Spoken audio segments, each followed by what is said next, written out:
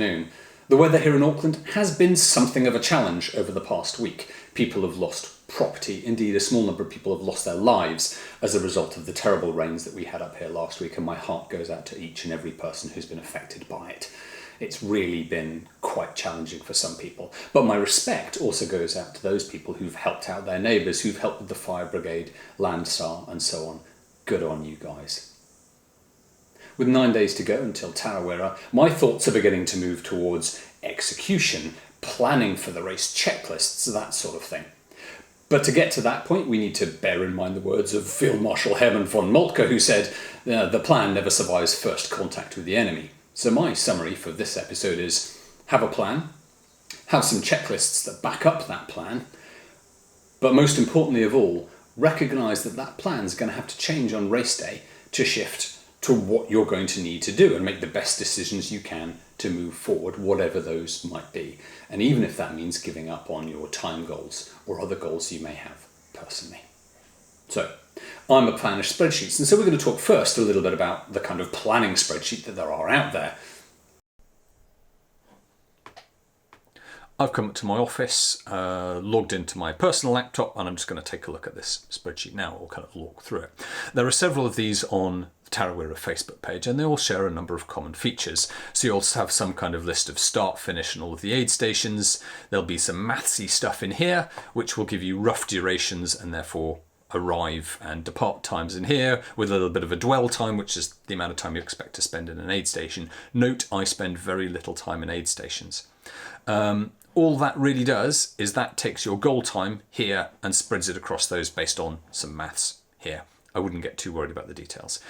The important thing to note is you can stick any time you like in there. I could stick 8.5 hours, which would have me winning the race, or even 7.5 hours, and I'm just not going to ever achieve that. So you've got to apply a sense of realism. The other thing you need to know is just because you put a time in here doesn't necessarily mean it's going to happen, because things will happen on the race day. So at the time, 11.5 hours was probably not an unreasonable goal for me. It ended up being quite a hot day, and so I ended up taking just shy of 12 hours, so 11.52 I think, which is still not a bad outcome over the course of the race. So this is useful and it's kind of interesting really from a logistic point of view, but you've got to go into it with a little bit of an open mind and a pinch of salt of saying, well, this is kind of what I think might happen, but it could be better or worse depending on what happens on the day. And you've just got to make the best decisions you can at the time to keep moving forward. The useful bit really for me is probably this section here, where we talk a little bit about what we're going to have in drop bags, what my kit's going to be. These are the basis of some of the checklists I'm going to talk about. So we've got nutrition in drop bags, enter your own nutrition in here, whatever it is, just as a reminder to pack. Kit in drop bag. Now this is very, very important. So coming back to our compulsory and non-compulsory gear questions, this is where you write down the things that you're going to pack in your gear bags on the Friday to drop them off at the expo, so you know what you're going to have. The value here is in thinking about what could go wrong, kind of as I talked about before. So tape strips and nutrition at Tarawera, we're about a marathon in at that point, so it's probably not too much can go wrong. By the time you get to Okataini, you'll have run a marathon plus a further 20 odd K on quite technical trail, and things could have gone a bit sideways. So you'll see I've got clean gear, I've got anti-chafe, I've got a spare battery for my head torch or for my watch, and some tape strips. And tape strips to handle things like blisters. So as we go further in the race, you might have a little bit more in your kit bag. So the whole idea is this is a checklist of stuff that I will use and tick things off on the Friday when I'm packing my bags before I drop them off at the expo. In a similar vein, I've thought ahead of time about the kind of stuff that I'm probably going to wear. So I know which shoes I was going to use, what I was actually going to wear.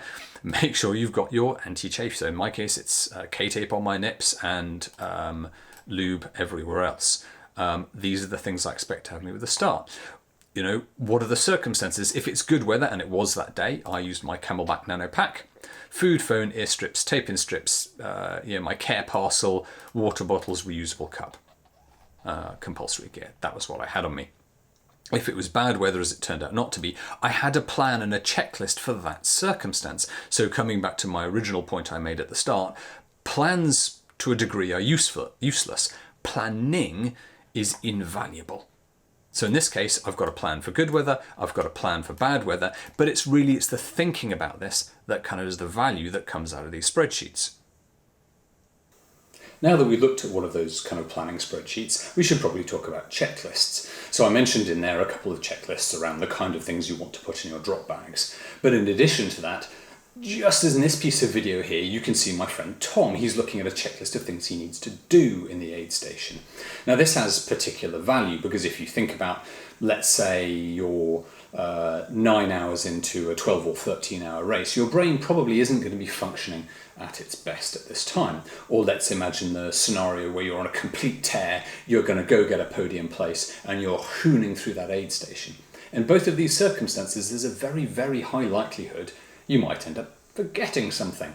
Whereas if you go in there and at the top of your drop bag, there's a checklist that says pick up nutrition, fill water bottles, reapply lube, ditch rubbish, go, you've got a very clear list of instructions to follow to make sure you don't forget any of those things. So what I'll do is I'll put a couple of sample checklists in the commentary below that you could use and maybe include in your drop bags as things to consider for that drop bag plan.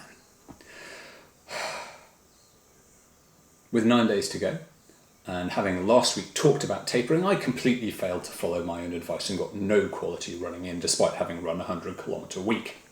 But that said, I'm going to run a slightly lower volume week according to my taper plan, and I promise, Scouts on a Governor, I'm going to go out and get probably about 7 or 8 kilometres of reasonably fast running done, in addition to my lots and lots of sort of volume of low intensity running. It's really not far off. You should be well advanced in your taper. Hopefully you're feeling strong and fit rather than on the downslope of things where you're feeling fat, weak and useless. That happens to me all of the time. Know that you've done the training. You aren't any of those things. You're going to go have a good day. You just sometimes will feel really, really amazing or really, really terrible. And neither of those things are probably true. You will perform according to the training you've done. So I really hope you're on the upswing. I really hope you're looking forward to a great race day. And fingers crossed we don't all have to spend 8, 12, 24 hours sloshing our way through mud like we did in 2018. But some days the race is going to be like that. But if you have a plan and you've got some checklists, you're at least going to make the most of your opportunity regardless of what that weather's going to be like. Good luck. It's not long now, guys and gals. Look forward to seeing you down there.